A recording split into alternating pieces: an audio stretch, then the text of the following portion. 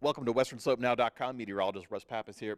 The reason why I have the cam, the America's Mattress Live Tower cam, pointed to the west-southwest is because the Uncompahgre, that elevated site right there, that's the genesis zone for storms popping up. So anything that drifts off of the Uncompahgre is going to drift eastward over, well, Whitewater, portions of Highway 50 eastbound through Delta, Olathe, and Montrose. So that represents at least an afternoon, early evening shot at rain showers. That's not the best, but we're going to start to see fewer and fewer storms and a little bit more sunshine, and that's going to translate to some hotter temperatures. Here's a quick look at the 4th of July weekend for Grand Junction.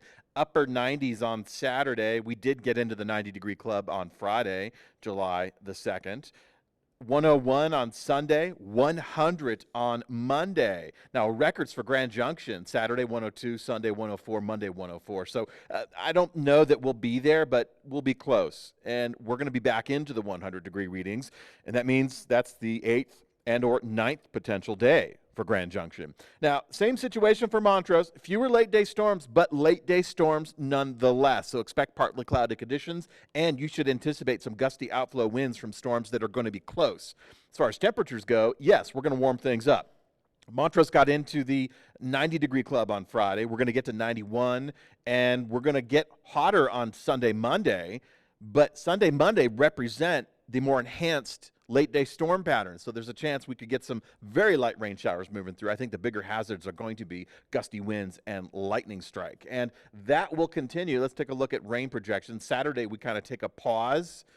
We should see a lot more sunshine, a hotter day, and fewer clouds. But once we get into Sunday, Monday, we're going to see those partly cloudy skies building up the end of the day, and we could see some very light rain showers moving through the lower elevations. Not enough to disrupt your plans, but again, make sure you tie down that picnic basket or the picnic table cloth or your umbrella, because we're going to get some gusty winds from these mountain storms that are going to be born and drift around.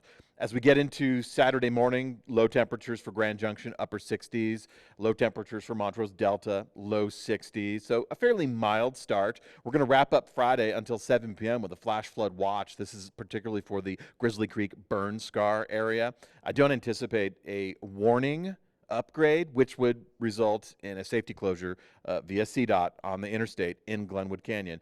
The reason why I don't anticipate an upgrade to a warning is because even though the storms are in that area, let's see if we have a radar loaded up. Even though storms are in the area, they're moving too quickly. They're not really isolated. This is what I'm talking about. There's a nice clip with these storms, 15 to 25 miles per hour from west to east.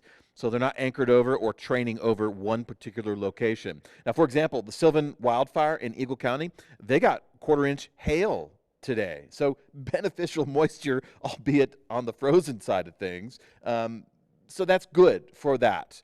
It's great to have these showers for the wildfires. It's great to get these mountain showers going. However, as we transition through this holiday weekend into the beginning of next week, we're going to get fewer of these widespread rain showers and a little bit more of the lightning strikes. So that could represent new natural fire starts.